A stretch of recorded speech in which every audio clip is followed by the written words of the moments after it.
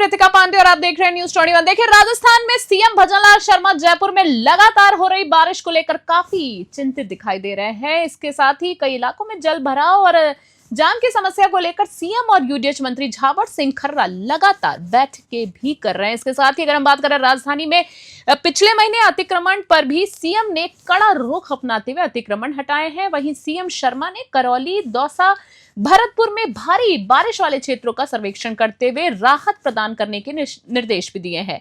वहीं अगर हम बात करें बारिश के बाद जिस प्रकार के हालात पैदा हुए हैं और ड्रेनेज सिस्टम जिस प्रकार से फेल हुआ है, उसको लेकर भी मंत्री खर्रा ने तीखे तेवर अपनाए हैं। इन सब समस्याओं को लेकर हमारे संवाददाता सुरेंद्र सोनी ने यूडीएच मंत्री झावर सिंह खर्रा से विशेष चर्चा की है। देखिए हमारी विशेष रिपोर्ट में।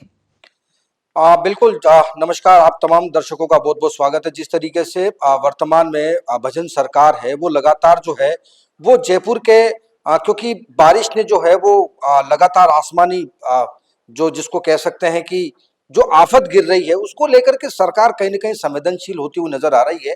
और लगातार जो स्वायत्त शासन मंत्री हैं झावर सिंह खर्रा, वो भी एक बड़ा कदम उठाते हुए लगातार अधिकारियों से फीडबैक भी ले रहे हैं।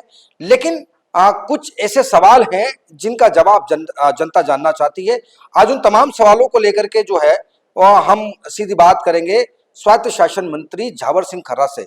सर, सबसे पहले जिस तरीके से पहली ही बारिश में पूर्ववर्ती सरकार की जो पोलें खुली हैं, उन तमाम तस्वीरों को कैसे देखते हैं? क्योंकि आपने भी दौरा किया है, अधिकारियों से आप मिले हैं, आप लगभग घुटने घुटने तक पानी में आप खुद उतरे हैं। ये तमाम तस्वीरें जब आपने देखी तब ये तमाम तस्वीरें आपके दिमाग में कैसे बदली? देखिए, अनियोजित विकास और अनियोजित विकास के बाद बिना जितने विकास काम हुए जल निकासी के, उनमें जमीन का लेवल जांचे बिना जो भी काम हुए उसने कोड में खाज का काम किया है। अब माननीय मुख्यमंत्री जी और हम सब मिलकर इस बात का प्रयास कर रहे हैं कि इस समस्या का किस प्रकार स्थायी समाधान हो। लगातार बैठकें हो रही है, अभियंताओं के साथ, अधिकारियों के साथ विचार विमर्श हो रहा है और उसमें सबसे पहले भूमि का लेवल के आधार पे किधर का पानी किधर जाके निकलेगा, सबसे पहले उसका आकलन होगा। उसके बाद उसकी कितनी मात्रा होगी, उसके हिसाब से कितना जो भी ढांचा बनना है, भूमिगत बनना है, सीवर लाइन बननी है, उस सारे का निर्णय होकर सर्वे के बाद डीपीआर बनेगी और डीपीआर के बाद जितना कुछ बजट की आवश्यकता होगी उस बजट की व्यवस्था करके इस काम को अंजाम दिया जाएगा। लगातार बॉस आपको जो है वो विपक्ष निशाने पे लेता है, चाहे वो सदन हो या फिर सदन के बाहर हो। क्यों? क्योंकि आपके तीखे तेवर विपक्ष को पसंद नहीं आ रहे हैं या आपका काम का समझ में नहीं आ रहा है? देखिए, मैंने पिछले 8 माह में, उन्होंने पिछले 5 साल में जितनी अराजकता मेरे विभागों में की थी, लगातार उनको सुधार का प्रयास किया जा रहा है। उन्होंने जो गलतियां की उनको सुधारा जा रहा है। अधिकारियों को सख्ती के साथ निर्देशित करके काम करवाया जा रहा है। उससे उनके द्वारा किए गए कामों की पोल खुल रही है। उससे वो अपने आप में मन ही मन में दुखी हैं। और विधानसभा में जितनी ताकत वो मेरे विभाग के प्रति तारांकित प्रश्न के माध्यम से या प्रस्तावों के माध्यम से लगा सकते थे, लगा के मैंने उनके एक एक शब्द का भरपूर जवाब दिया है। और मैंने उनसे एक ही बात कही है कि जब तक मैं हूं तब तक विभाग को सही तरीके से काम करना पड़ेगा। अच्छा, जिस तरीके से पूर्ववर्ती सरकार में भी हालांकि निचली बस्तियां थी, वहां पर काफी ड्रेनेज सिस्टम हुआ, वहां पर काफी पानी का भराव हुआ, शहर के अंदर बेसमेंट जो है उनमें पानी घुसा हुआ है, ये तमाम चीजें कैसे देखते हैं? क्योंकि अब नई सरकार है, नया परिवर्तन है, क्या नया प्लान है? देखिए, उनके समय में बारिश बहुत कम होती थी।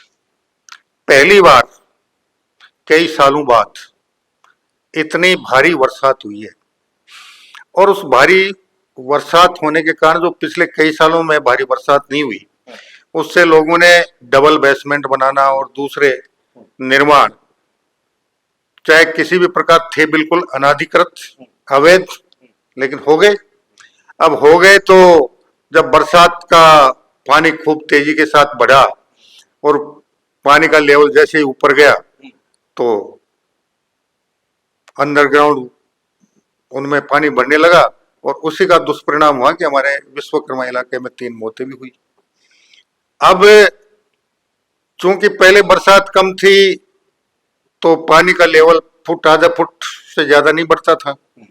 अब बरसात इतनी हुई है कि 4-4 फुट तक पानी चढ़ा है, तो जब 4 फुट पानी चढ़ेगा तो निश्चित रूप से बेसमेंट में भी जाएगा। तो अब हम प्रयास कर रहे हैं कि इस सारी समस्या का पूरे विस्तृत रूप से सर्वे करवाकर, जमीन का लेवल निकलवाकर उसके बाद डीपीआर तैयार करवाया जाए।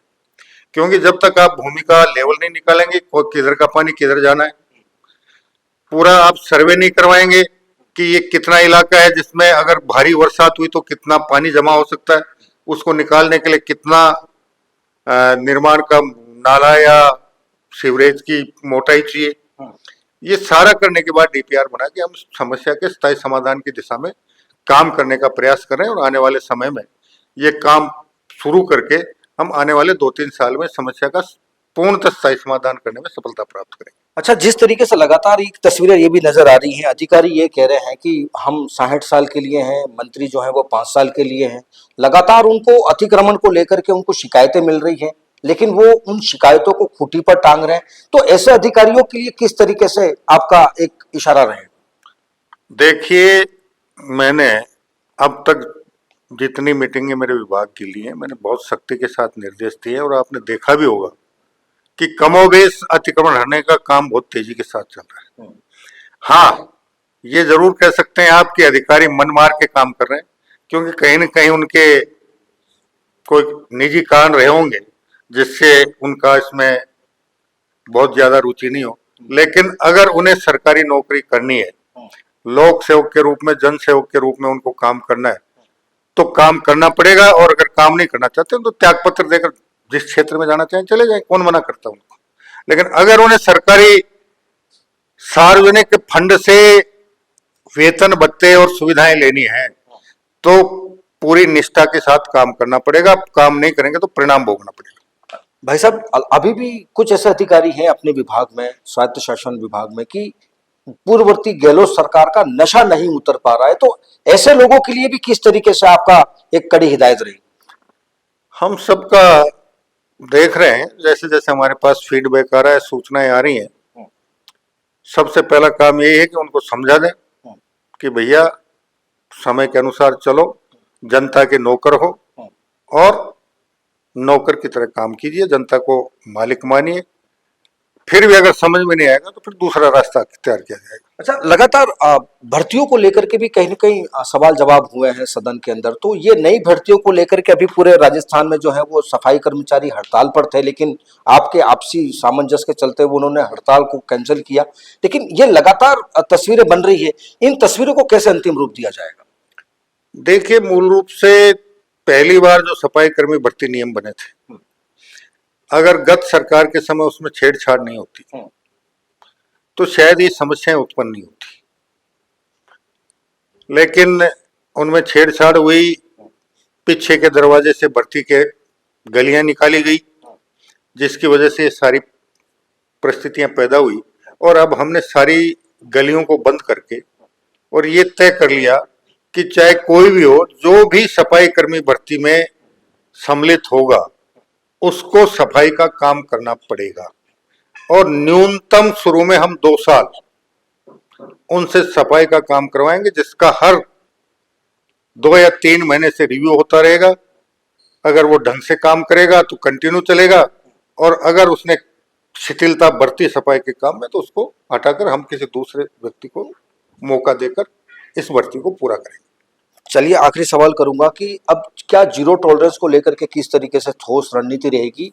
और जो ये अतिक्रमण की लगातार शिकायतें पहुंच रही हैं, लेकिन ऐसे कुछ अफसर हैं जो लगाम नहीं लगा पा रहे हैं, तो इन तमाम तस्वीरों को किस तरीके से जल्द बदला जाएगा? उनको भी चिन्हित करके अगर वो काम नहीं करेंगे तो उनके खिलाफ अनुशासनात्मक कार्रवाई करेंगे, और निश्चित रूप से उनको अपने कर्तव्य का पूरी निष्ठा के साथ निर्वहन करने को हम मजबूर कर देंगे। बिल्कुल, ये थे हमारे साथ में स्वायत्त शासन मंत्री राजस्थान कैबिनेट के जाबर सिंह खर्रा, जिन्होंने तमाम तस्वीरों से साफ कर दिया है कि जीरो टॉलरेंस को लेकर के वर्तमान की भजन सरकार जिस नीति और रीति पर चल रही है उस पर खरा उतरने के लिए वो हमेशा कटिबद्ध रहेगी। लेकिन अब ऐसे कई सवाल हैं जिनको आज मंत्री जाबर सिंह खर्रा ने तमाम सवालों से भी पर्दा उठा दिया है कि अगर सफाई भर्ती का मामला हो या फिर ड्रेनेज सिस्टम का, उन तमाम चीजों को लेकर के अब जल्द ही भजन सरकार में नई तस्वीरों को जन्म दिया जाएगा। कैमरा सहयोगी मुकेश सेन के साथ सुरेंद्र सोनी, न्यूज़ 21 जयपुर।